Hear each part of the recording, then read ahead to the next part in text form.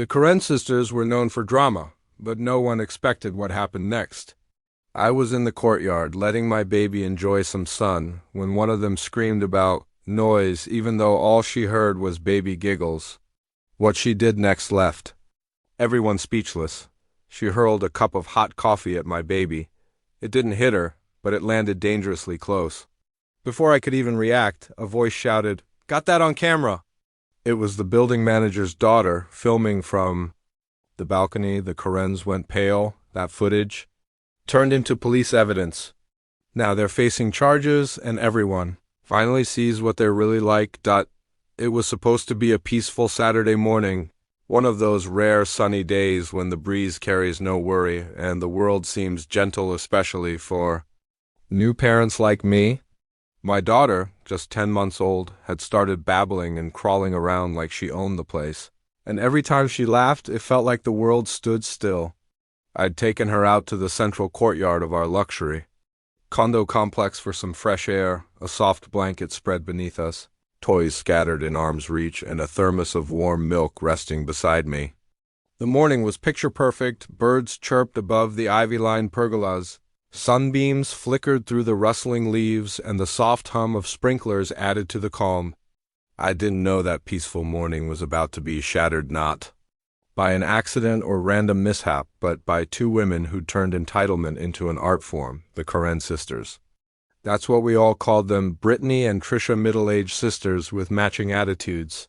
Platinum blonde bobs, oversized sunglasses, and voices sharp enough to shatter glass. They lived together in the corner penthouse, ran the HOA like a dictatorship, and thought the entire building was built for their convenience. They hated pets, kids, music, barbecues, garden gnomes, basically anything joyful. And unfortunately, they especially hated me. I'd moved in a year ago, after my tech startup went public, and decided to raise my daughter somewhere quieter. My wife passed away during childbirth, and since then my world had shrunk down to this little bundle of life and the quiet moments we shared. I kept to myself, paid dues on time, followed every rule, but it didn't matter. The Courtyards didn't. Like that, I wasn't part of their HOA clique, didn't attend wine tastings, and refused to install acceptable patio furniture according to their guidelines. But nothing, and I mean nothing, could have prepared me for what they did that morning. It started with the shrill voice of Brittany cutting through the courtyard like a car alarm. "This is a residential courtyard, not a daycare," she barked, storming across the paved path in her designer robe and overpriced sneakers, holding a venti coffee cup like it was a scepter. Behind her waddled Trisha, fanning herself dramatically with a gardening magazine. "And who gave you permission to let a baby crawl on the common lawn? This is a sanitation hazard," Brittany added, already glaring at my daughter like she was some kind of invasive species. I stood up slowly, scooping my baby into my arms. "She's not on the lawn. She's on a private blanket in the courtyard. And we're well within HOA rules for shared space usage," I said evenly, keeping my voice calm. "It's 9 a.m. on a Saturday. No one else is even out here? That's not the point." Trisha snapped, looking around as if searching for invisible allies. The noise, the mess, the safety issues. What if she spreads bacteria into the grass? What if she slips and sues the HOA? "She's 10 months old," I replied, narrowing my eyes. "And I assure you, she's not filing lawsuits." At this point, I was about to walk away to escalation as my first instinct. But then Brittany raised her coffee cup high and made a face like I'd personally insulted her entire lineage. "You think you can just ignore community standards?" she hissed. "Let's see if you feel the same way when you've got hot coffee all over your precious blanket." And before I could react, she launched the coffee. Not spilled, not dropped, through, in a deliberate, overhand arc. Time slowed as the cup twirled through the air, a spray of steaming brown liquid fanning out. I turned instinctively, shielding my daughter as the coffee splashed beside us, scalding hot droplets hitting the blanket and just missing my arm. The cup itself landed with a thud and rolled, releasing the last of its contents inches from my daughter's toy giraffe. I froze, heart pounding. My baby let out a startled cry not hurt. thank God, but shocked by the sudden movement and heat. I looked up, shaking with rage and disbelief. But before I could say anything, another voice rang out from above. "Got that on camera, you psycho?" We all looked up at once. There, on the second-story balcony above the courtyard, stood 13-year-old Jenna, the building manager's daughter. She had her phone out, still filming, eyes wide in disbelief. "Seriously, I've been recording since you started yelling." "You just threw coffee at a baby," Trisha gasped. Brittany turned paler than a ghost. "Delete that right now," she screamed, pointing up at Jenna. "You can't film us without consent." "Tell it to the cops," Jenna shot back already, backing into the sliding door. "I'm showing this to my dad and the police." The Karen sisters exchanged looks of pure panic, like their empire was crumbling right beneath their designer flats. And it was.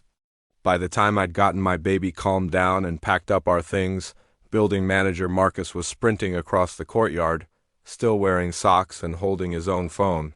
"She okay?" he asked, looking at my daughter. I nodded, though. My hands were shaking. Didn't get hit. "Blanket caught most of it. I saw the footage," he said grimly. "It's bad. Really bad. I already called the cops. They're on their way." "Jenna's downloading the video now?" As soon as the Karen sisters heard the word cops, they tried to slip away, but Marcus wasn't having it. "Don't move. This is a formal complaint. You're going to explain to the police why you thought it was okay to assault a child with hot liquid." "Assault? Don't be ridiculous," Trisha said, voice trembling. "It was just—" Dramatic emphasis. "A warning gesture," Brittany chimed in, hands fluttering. "And the cup didn't even hit her. No harm done."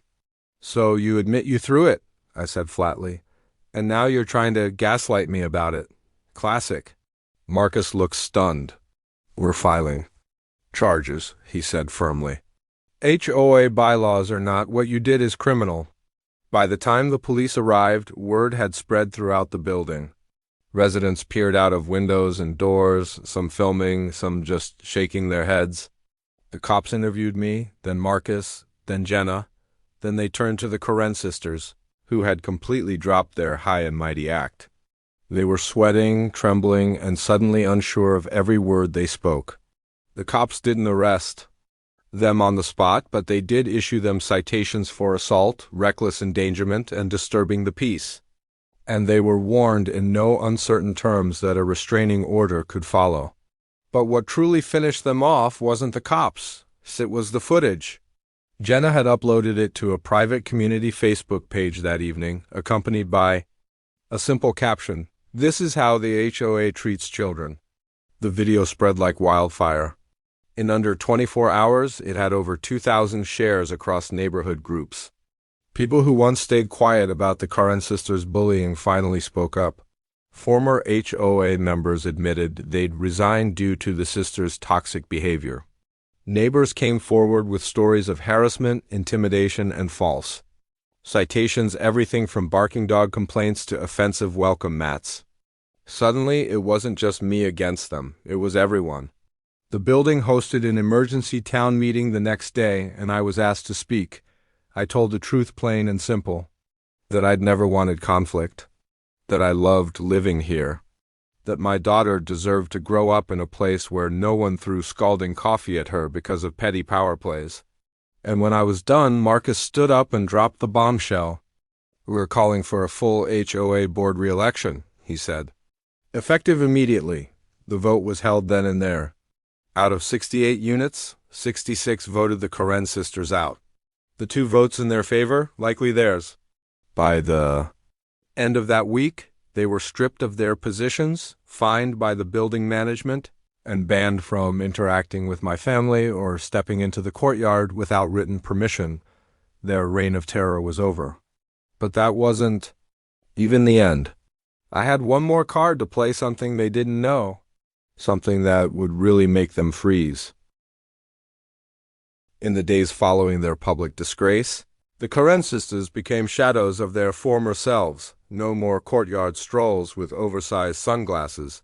No more loud HOA announcements taped to every unit's door, and certainly no more screaming. Matches over flower pots or patio umbrellas?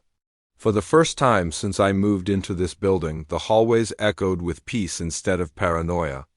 My daughter and I resumed our morning routines in the courtyard, greeted warmly by neighbors who had previously avoided confrontation with the sisters, but who now smiled, offered snacks, and even brought toys for her to play with. Still, there was one last thing I had to handle, one final move I'd kept quiet during all the drama. You see, the Karen sisters had always assumed I was just another resident, a young dad with a nice apartment and a baby in tow. They never knew where I came from, what I built, or what I owned. And while I never cared to correct them before, the moment they threw hot coffee at my child, the gloves came off. A week after the incident, I stood in front of a conference table. Inside our building's leasing office, across from the new interim HOA board, Marcus, the building manager, sat beside me, while a layer from my real estate firm stood quietly to the right. The board had requested a meeting to discuss a formal restraining order, but I had another agenda. I cleared my throat and began. I want to be transparent about something. I'm not just a resident. I'm also the majority shareholder of the company that owns this entire condominium complex. The room fell silent. Wait, said Helen from 4C, one of the new board members, blinking in confusion. You're telling us you own the building? Not outright, I said with a small smile. But I do control 64% of the holding company that manages the property. When the former developers pulled out after the market dipped, I bought their stake anonymously through my firm. I wanted somewhere quiet to live after my daughter was born. I never imagined I'd have to step in as landlord, too. Marcus looked like he wanted to cheer. That explains so much, he muttered. The board has the right to vote on bylaws and rules, I continued, but the property owner, me, has the power to enforce or revoke tenancy, file injunctions, and authorize structural changes. And I've come today to propose a motion. What kind of motion? Asked Charles, the interim treasurer. I handed over a folder. A vote to formally evict Brittany and Tricia Simmons from Unit 7P under cause of violating community safety. Rules, engaging in harassment, and endangering a minor. A murmur rippled through the board. Helen flipped through the pages. The coffee incident footage, statements from witnesses, previous complaints, it's all here, she said. This is, thorough. They've abused their power for years, I said calmly. Filed false citations. Harassed neighbors, threatened families. The coffee incident was just the final straw.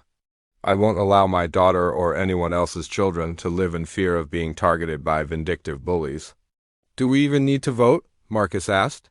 With your stake, can't you just evict them? Technically, yes, I said. But I'd prefer this to be done the right way, with the community's backing. I want them to know it's not just my decision, it's what everyone wants. The vote was unanimous 7-0 in favor. That evening, the building issued the notice. The Karen sisters had 30 days to vacate the premises. And the best part? The video of the vote, edited with receipts, complaint histories, and a split screen of their infamous coffee throw, was uploaded to the same Facebook group where it all began. The internet didn't forget, and neither did the community. Suddenly, the Karen sisters weren't just HOA tyrants, they were symbols of failed entitlement. But the story didn't end with eviction. No, karma had one more surprise for them. 10 days after the vote, I was in my office, a sleek, glass-walled structure I'd constructed by the lake edge behind the property, facing the water. It was my retreat, a workspace removed from the noise, outfitted with high-speed fiber, smart glass, and custom wood interiors.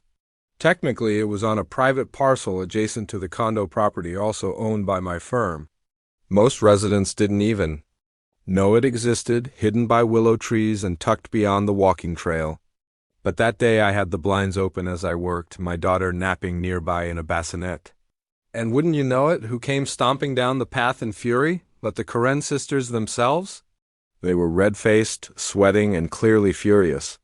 Brittany pointed straight at my office. There he is. In some illegal shack on the lake? Tricia bellowed, pulling out her phone. We're calling 911. That's trespassing on HOA land. I stood slowly, sliding open the glass door and stepping outside. Ladies, I said coolly, this is private land, not HOA jurisdiction. You're lying, Brittany shrieked. We never approved any building near the lake. This is our nature preserve. You're violating zoning laws and you're going to be fined heavily. You're more than welcome to try, I said. But I'd recommend you call the dispatcher and confirm who owns this office before embarrassing yourselves again. Tricia had already dialed. I stood silently as she shrieked into the phone, giving them the address, describing the illegal structure, demanding enforcement. Then the call took a sharp turn. I couldn't hear the dispatcher's words, but I saw the change. Tricia's face went pale, her lips parted. She blinked in confusion, then horror. What? She stammered. You're saying the man, he's the landlord? She looked up at me like a ghost had slapped her.